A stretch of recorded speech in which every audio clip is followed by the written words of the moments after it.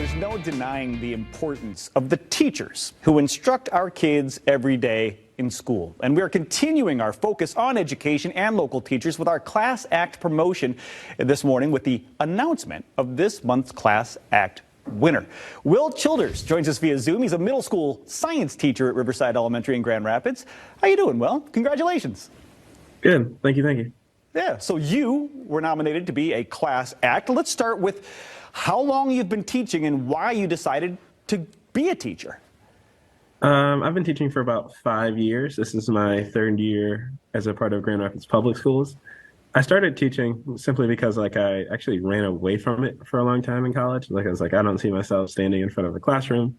So I just worked in intramural sports, which is like a teaching of an aspect of teaching students how to schedule out games and officiate sports. So I just did it that way. And then I lived in Florida, moved back, playing some basketball with some of my friends. And the principal was like, hey, are you still looking for a job? Because we need a sub. And it's been, the rest is history kind of a thing. Well, that's an interesting story because we've had numerous teachers on who have said, I knew from fifth grade, or I had this one teacher who inspired me. You took a different route. Where somebody was like, hey, how about, would you try subbing? Similar to my story, actually, because I came in to fill in over a summer job, and it turned into a career. So over the past 5 years, I'm sure you've seen many different ups and downs. Why did you decide to remain a teacher over the past 5 years?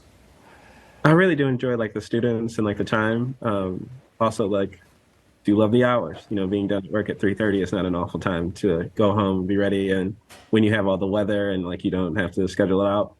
But I think the most enjoyable part is I get to do the things I want to do. I'm also the athletic director for my building, so I get to fill my sports itch as well, going to all the games and seeing all the students in an outside light of that's not the classroom. But you still get to enjoy it on a day-to-day basis. Not saying every day is easy, not saying every day is hard. It's just it's a career choice. Yeah. And so you got to work through it day by day. Yeah, definitely a challenge, the ups and downs. You've been doing this, as I mentioned, for 5 years. What do you think the state of the occupation as a whole in, teaching as an industry? What state do you think it's in these days? It's almost it's a weird, not to complete, it's like a recovery emergency.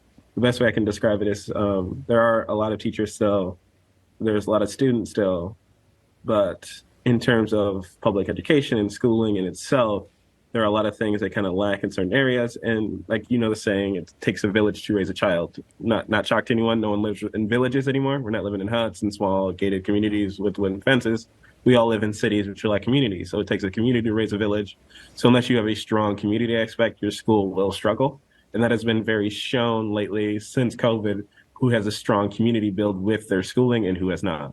So the school districts that have been thriving and surviving had a strong community aspect because the parents are involved, the community is involved, the students are sold.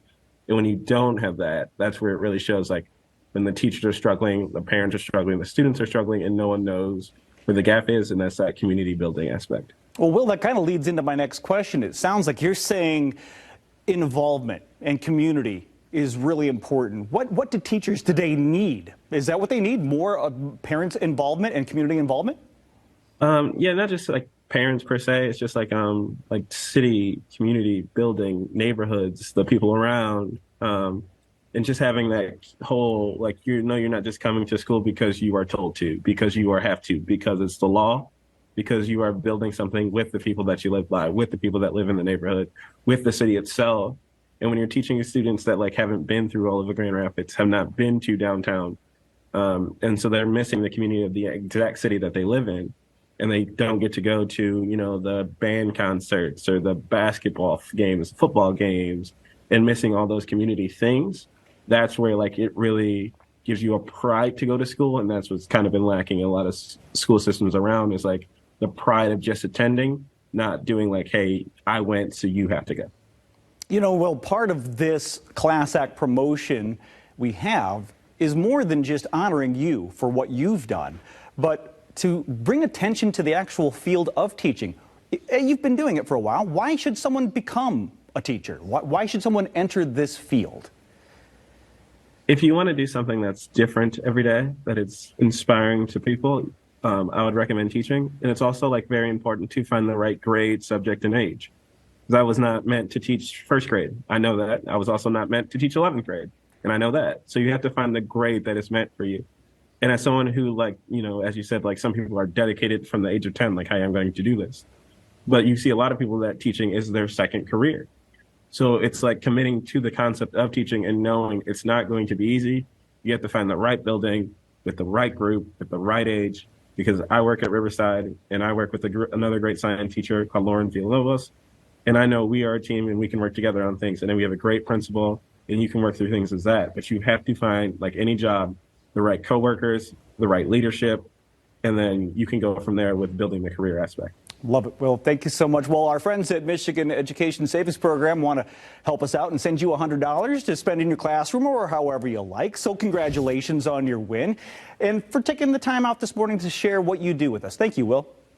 No problem. Enjoy the rest of your day. Absolutely. Hey, if you want to nominate a teacher that you know, a current or former teacher, someone who had an effect, a profound effect here in the area, and you want to give them some recognition, you can nominate them for Fox 17 Morning Mix's Class Act. And every month, we're going to highlight an exceptional educator like Will, making a difference right here in West Michigan. You can log on to fox17morningmix.com right now to nominate your favorite teacher and then watch the Morning Mix to see these inspiring educators' stories and their impact on our community.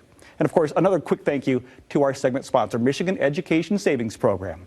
We'll be talking with them probably in a couple of months or so to get an update on how they can help you save funds for further education. We'll be right back.